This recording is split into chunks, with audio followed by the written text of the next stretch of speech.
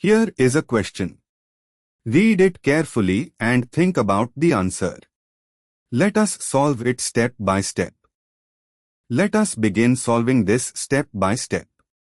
Step 1. Identify the parent structure. The molecule contains a benzene ring, which serves as the parent aromatic system.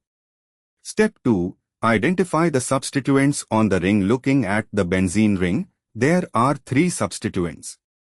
Position 1A C is equal to O, CH2Cl group, chloroacetyl to chloroethanol group attached as a ketone. Position 3, a chlorine atom, Cl. Position 5, a bromine atom, Br. Step 3, name the acyl ketone portion. The group C is equal to O, CH2Cl is a chloroacetyl group.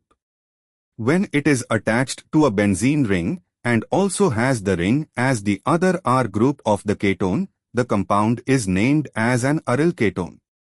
The CH2Cl C is equal to O portion is 2-chloroethane 1-1 chloroacetyl, so the full compound is named as a 1-aryl 2-chloroethanone. Step 4. Number the ring. The carbon bearing the carbonyl group is C1. Going around the ring, the chlorine is at C3 and the bromine is at C5. This gives a 3-bromo-5-chloro or 3-chloro-5-bromo pattern. By alphabetical order of substituents, bromo before chloro, the ring is named 3-bromo-5-chlorophenyl. Step 5. Assemble the IUPAC name. The compound is a phenyl ketone, aryl ketone, where the aryl group is 3-bromo-5-chlorophenyl and the other part of the ketone is CH2Cl, giving the 2-chloroethanone suffix.